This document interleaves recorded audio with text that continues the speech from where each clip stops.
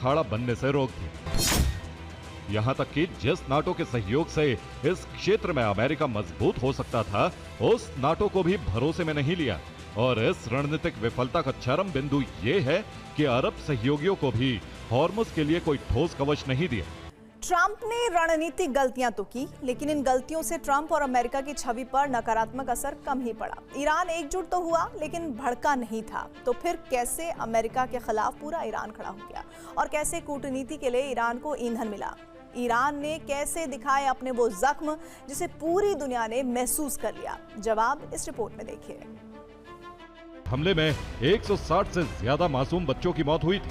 School में पढ़ाने वाले निहत्थे शिक्षकों की भी जान गई थी। और इसी हमले ने ईरान को जवाबी कार्रवाई के लिए मजबूर कर दिया। ऐसी कार्रवाई जिसे दुनिया का कोई भी देश गलत नहीं ठहरा सकता। कमांड के चीफ ब्रैड कूपर के मुताबिक उस घटना की जांच बहुत मुश्किल काम है।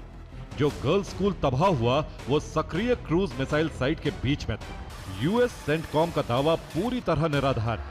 हमला मिनाब शहर के शजारे तैयबे स्कूल पर हुआ था। अमेरिका बच्चों की हत्या से दुनिया का ध्यान भटकाना चाहता है। ट्रंप के लिए सबसे बड़ा संकट है ईरान के मोर्चे को संभालना, जहां हर दांव नाकाम साबित हो रहा है। इसीलिए फिलहाल धमकियों से काम चलाया जा रहा था, लेकिन इससे भी काम नहीं बना। इसलिए ट्रंप ने पूर्व राष्ट्रपति अहमदीनेजाद को मोहरा बनाने की कोशिश की है। वो अहमदीनेजाद जिनके घर पर हमला हुआ, जिनकी मौत की खबर भी इजरायली मीडिया ने जारी की थी।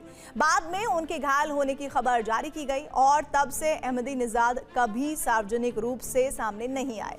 जाहिर है कि ऐसी खबरें सिर्फ दुष्प्रचार का हिस्सा ही हो सकती हैं, क्योंकि जिन्हें सत्ता सौंपने का प्लान हो उसके घर पर हमला असंभव है, वो भी तब जब ईरान में विद्रोह और संघर्ष चल रहा हो। ट्रंप ने आक्रोश को बगावत में बदलने के लिए एजेंट सक्रिय किए और फिर इन्हीं प्रदर्शनकारियों को पीड़ित बताकर ईरान पर हमला कर दिया। लेकिन जैसे ही हमले नागरिक ढांचे पर हुए, विरोध का मोर्चा बदल गया। ईरानी लोग अमेरिका और इजराइल के खिलाफ एकजुट हो गए।